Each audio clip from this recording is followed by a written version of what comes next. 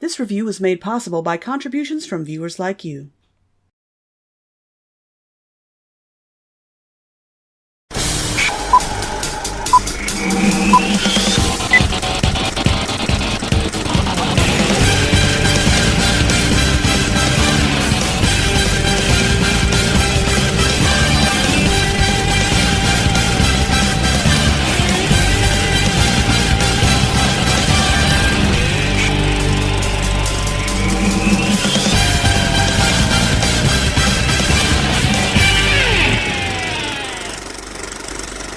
Hey guys, we've all seen media that encourages its audience to read more.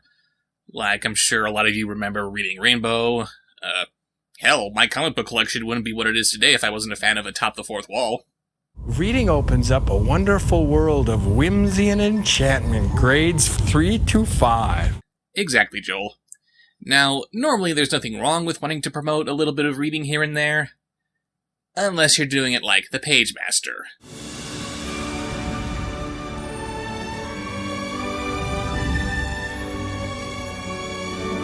To be fair, I have to applaud this movie's good intentions, but it's the execution where things fall apart, as we'll soon see. And yes, I know that the Nostalgia Critic also reviewed this movie years ago, but I need to point out that on top of how no reviewer owns exclusive reviewing rights to the movies that they do, this movie was mailed to me, and it was chosen by my executive producers. So, just you remember that, so that he won't have to. Anyway, we open on a dark and stormy night, where professional fraidy cat Richard Tyler, played by Macaulay Culkin, encounters the most horrible sight in existence. Tree! He runs to his parents' room for what's probably the 9th time this week, but he overhears them talking about him. I signed him up for Little League. He drove everybody crazy with statistics about how you can develop tumors from being hit in the head with a ball. Claire, he brought in a medical journal. Nobody wanted to play after that. And now I'm building him a tree house. In a tree he refuses to climb. He unsuccessfully tries to man up, which leads us into the next morning, where he and his dad continue building their treehouse. Well, you like it? Yeah, it's great, Dad. Hey, how about bring me up that bag of nails? No, come on up. Look, solid as a rock. Dad, 8% of all household accidents involve ladders. Another 3% involve trees. We're looking at an 11% probability here. You just heard him complain about how you're letting these statistics run your entire life. Can you throw him the tiniest little bit of a bone and just climb the damn tree? His dad tells him to go down the street to get some more nails, and he sets out on his bicycle equivalent of a safe space. Might as well be running around in a giant hamster ball. It isn't long before he runs into some bullies, and it's hard for me to sympathize with him when he makes himself out to be this much of a target. What's the matter, Woods? Got your training wheels? I hate myself for agreeing with the bully, but yeah, how did this kid ever get over his fear of not riding with training wheels? Things take a turn for the apocalyptic, as it looks like the entire world wants to kill this kid.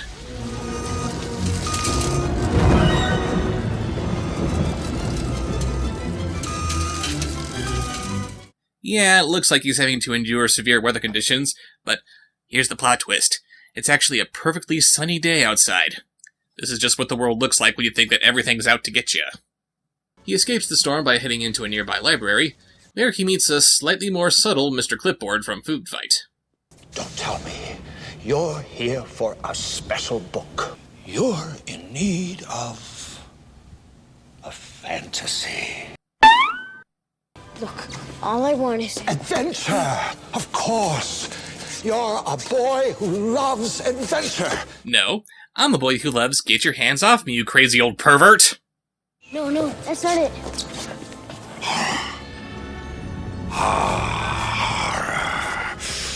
Evil demons, wretched monsters, haunted houses, graveyards.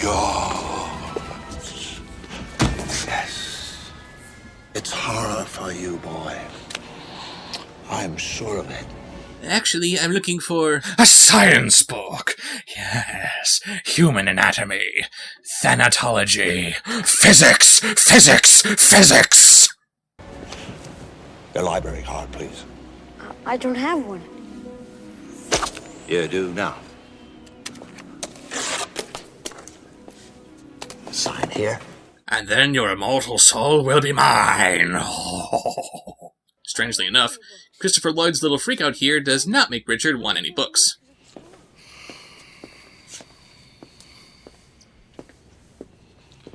Is there a phone where I can call my parents? Through there. I could just let you use the phone I have on my desk right here, but hey, any chance I can lure small children into the back room? Well, carpe diem!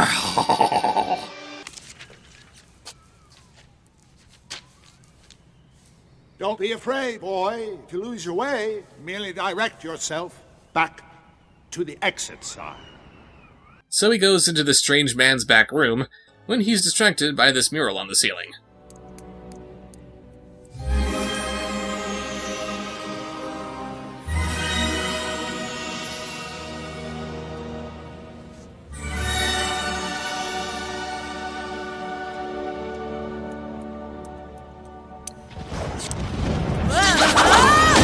Oh no, I have a slight case of vertigo, and now I'm a little bit dizzy. Ah!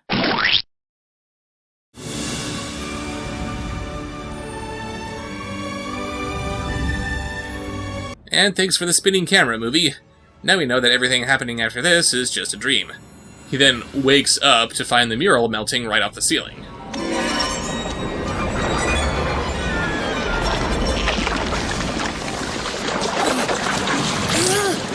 Oh, I hear you, man. Wall's melting for you, too? Then it turns him into a cartoon character. What? I'm a cartoon. You are an illustration. Yeah, Christopher Lloyd's self-insert fanfic character says that Richard's an illustration, but if that's supposed to be their reason to justify the animation, they should have tried for a more illustrated look, like with the snowman. No one's gonna call that movie a cartoon. Anyway, the Pagemaster here says that he'll take Richard to the exit, and then he forces him to go on a magical, whimsical adventure to find his way home instead. What a dick. To find your way home, you must face 3 tests: horror, adventure, and fantasy. Why? Why must he go through 3 challenges before he gets to go home? What do you get out of this? I mean, unless you're the villain who just enjoys seeing our little protagonist in peril, who are you to put him through all this mess? He soon comes across a talking book called Adventure, played by Patrick Stewart. You fiction or non-fiction? Richard Tyler. What kind of a book would that be? I would think that Richard Tyler is some kind of biography if I were a talking book. A library card! Oh, begging your pardon, lad. I didn't know you was a customer. Look, all I want to do is get out of here. Of course you do, matey. We all do. But this is a library, mate. Not everything's as it seems. Tell me about it. A minute ago, we saw Alice in Wonderland, Arabian Nights, Land of Oz, and David Copperfield all on the same shelf. This place is an organizational nightmare. Can we get going now? Not a good sign when the main character wants out of this movie as much as we do. He agrees to check out Adventure after getting to the exit, but if he's gonna get checked out, so is this other book, Fantasy, voiced by Whoopi Goldberg. Who are you? I'm Fantasy. Oh, I'm Fantasy. Hold on there, missus! The lad's with me! You know that short story? Yeah, he's Adventure. Honey, that's what they all say. Lady, this kid's got enough issues as it is. He doesn't need any implications of your sordid past making it worse. Apparently, the fastest way to get to the exit is through the horror section, which looks less like a library and more like my dream house. I'm looking at this cemetery made of books, and I can't help but think that this would be the perfect setting for a zombie book uprising, but that never happens. Which begs the question, why are only a handful of books in this library able to come to life, while the rest of them don't? You see other books conjure up people, animals, and other things found within them, which makes sense on a metaphorical level, but if these books are sentient characters, then why wouldn't Hound of the Baskervilles or 20,000 Leagues Under the Sea be alive as well? Anyway, they have to pass through this haunted house, which is the residence of Dr. Jekyll, no less, where they meet another book, appropriately named Horror. He's voiced by Frank Welker, which is kind of an odd casting choice. I mean, he's a great voice actor, but with Patrick Stewart and Whoopi Goldberg playing these other books, you'd think they want someone with a little more marquee value. Oh, I scared you. I'm sorry. You mustn't judge a book by its cover. You can't judge a book by its cover, huh? You know, this horror guy looks like he's pretty afraid of what we might find inside the house. So how long before he leads them into Mr. Hyde's clutches? They go inside, and...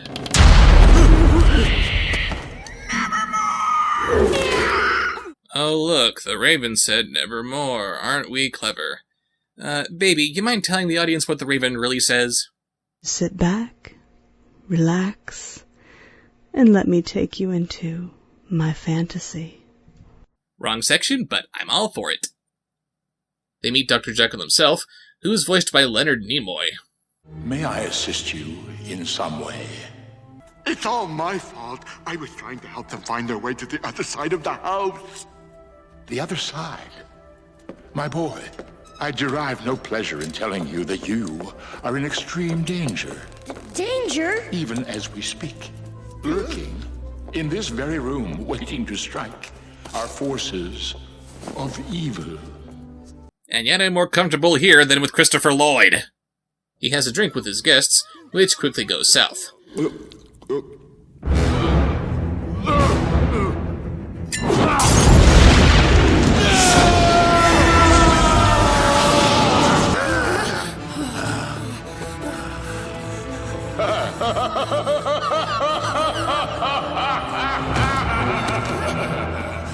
Dr.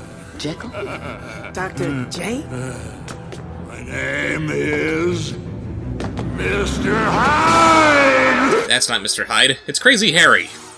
They escape the Mad Doctor after he falls through the floor, and suddenly I can't help but wonder, if Mr. Hyde dies in a way that's different from in the original story, does the story itself actually change? Then Mr. Hyde fell through the floor while trying to kill a small boy from the future and his 3 magical book friends. Wait, what? They make it through the spook house and into the adventure section, which they have to take this rickety boat to cross. Is it safe? I wrote the book on sailing. In fact, I am the book on sailing. I'm impressed. Thanks, movie. Now you got me thinking about Whoopi Goldberg's wet panties. It isn't long before they cross paths with Captain Ahab, who, strangely enough, is voiced by George Hearn. I too have sailed the world and seen its wonders, for the cruelty of men is as wondrous as Peru. But there's no place like London. Did you see it? See what? The devil of the deep. The white whale. Moby Dick.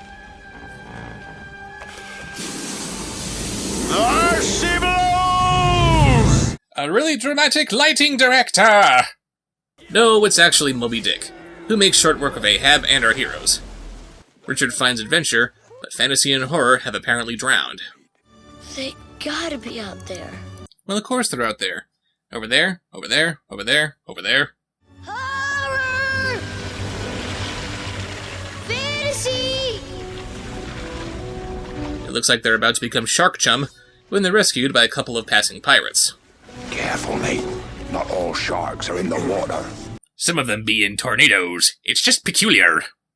But Adventure soon realizes who these pirates work for. I knew it. It's him. Who? The meanest, black-hearted pirate that ever sailed the 7 seas. Long John Silver. He knows it's Long John Silver because of that flag, the generic Roger. They're brought on board where they meet Long John Silver, voiced by Jim Cummings. Welcome aboard, matey. Again with the weird casting choices.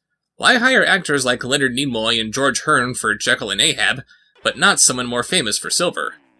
Anyway, they Shanghai Richard into their crew as their new cabin boy, making me wonder where Jim Hawkins is in this story. And they get to Treasure Island and begin searching for the treasure. Of course, Silver's crew turns on him when the treasure is found missing. We might have known you'd double-cross us. Throw down your weapons, John Silver. Look out. Why, you pack of backbiting dogs. You'll be regretting this, George Murray. Save your speeches. Dead men don't bite. Dead men don't bite? Then fantasy and horror show up, having survived their brush with death and conveniently floating to where the pirates just happen to be going. After they knock out these murderous pirates and Richard somehow gets enough backbone to send Silver running back to his ship, they just walk off of Treasure Island and into the fantasy section. What Robert Louis Stevenson meant to say is that Treasure Island is actually a peninsula. They eventually awaken a sleeping dragon, who was buried for some reason, when fantasy gets an idea. Quick, find page 1001. Arabian Nights? That's it.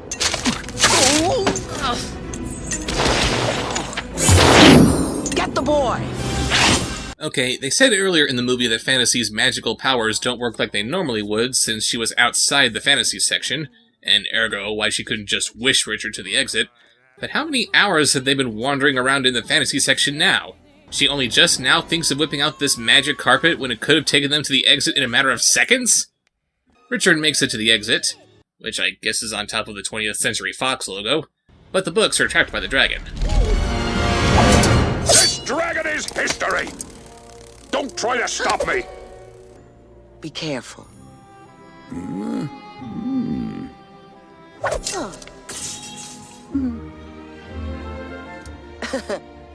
You really are a classic.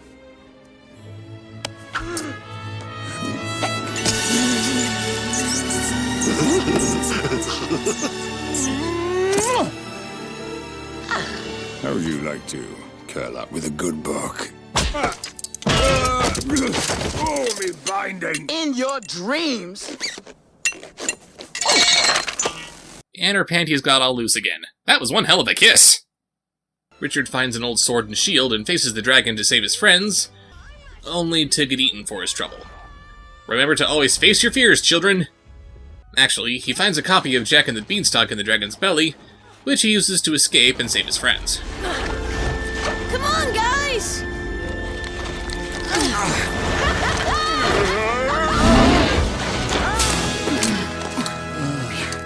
Are you all right? What? Master, you saved us! Glad you did, matey. Baby, you're the greatest. Baby, you're the greatest. Luckily, the dragon just sort of forgets about them, I think, and they finally make it to the exit where the Pagemaster is waiting for them. Richard rightfully chews him out for forcing him to endure all this danger. Do you have any idea what I've been through? Tell me. I was nearly torn apart by a crazy doctor. I was made a slave by a bunch of mangy pirates. And eaten, got that? Eaten by a fire-breathing dragon. And not to mention being tossed, squashed, and scared practically to death. Yet you stand before me. Well, yeah. Think, boy. What kind of an adventure would you have had if I'd brought you here with a turn of the page? I'm sorry, but that's not for you to decide, Glinda. You prevailed over evil. Ah, you looked Moby Dick in the eye, boy. Ah, you had pirate stuff, me lad. And don't no one speak any different. If I had brought you here from the start, you never would have found the courage to face your own fears. And in doing so, you triumph here and always. So he sends Richard back to the real world. He wakes up from what was clearly a dream this whole time. He runs off with his new books instead of fleeing from them in terror, and this very obvious dream that he had inexplicably convinces him that the dangers of the real world aren't so dangerous after all. Hooray, somehow. So that was the Pagemaster, and despite its good intentions, it really misses the mark. Seriously, what did this little adventure have to do with Richard overcoming his everything phobia? He meets a homicidal maniac, he runs away from him. He meets a giant whale, he runs away from it. He stands up to a dragon, and he's rewarded with death, further enforcing the idea that the best thing to do when confronted with something frightening is to just run away from it. He didn't conquer his fears, he's still running away from them. Well, okay, he stood up to Long John Silver, but when is he going to use that in his everyday life? What's the statistical probability that this is going to happen again? Speaking of statistics, how could this kid have the encyclopedic knowledge of statistics like he has if he wasn't already a bookworm? This movie was made in 1994, before the internet took off, so he had to get his information from books and magazines. If you want to sell the magic of reading, you need to do it with a kid who's obsessed with sports, or someone who can't put down his Game Boy. And you certainly don't want to lie to them and say that reading these great works of fiction will magically solve all your problems. Most people read these kinds of stories to escape their reality. Remember all the different books that Bastion for the Neverending Story read in his young life? Treasure Island, Last of the Mohicans, Wizard of Oz, Lord of the Rings, 20,000 Leagues Under the Sea, Tarzan... Whoa. I don't remember any of those books solving his problems. And no, Falcor scaring off his bullies doesn't count. This movie would have been better off showing Richard how scary books can be, and how delusional he's been about the real world his whole life. There was no storm blowing outside, it was just a slight increase in humidity. There were no bullies tormenting him on the street, it was just some passerby bidding him a good day. He did not run into super pedo librarian Christopher Lloyd, but it was actually Big Bird coming by to entertain some kids. In conclusion, its heart was in the right place, but the execution really fell flat. And speaking of execution...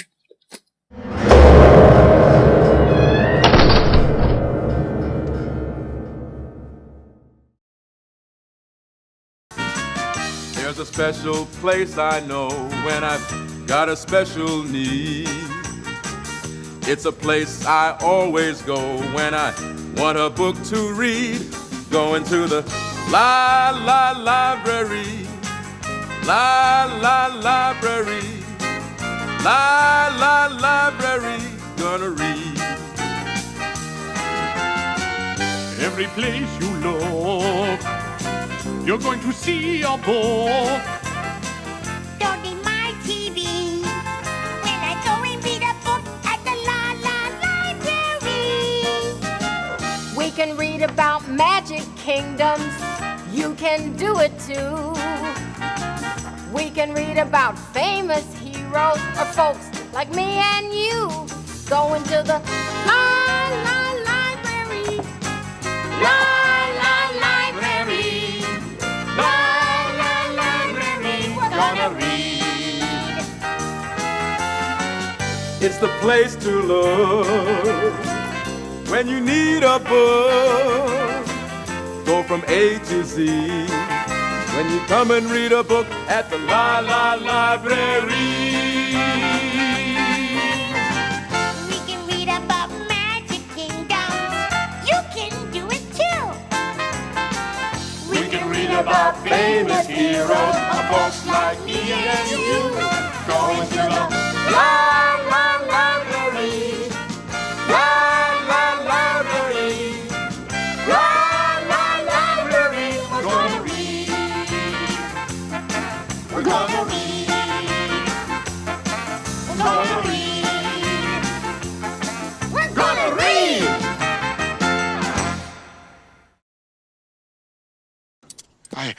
I know I'm not your favorite kind of book, but I could be just like you. No! No!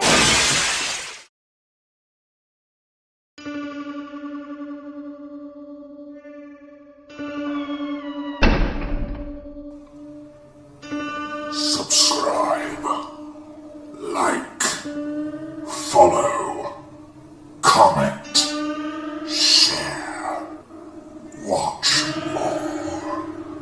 more.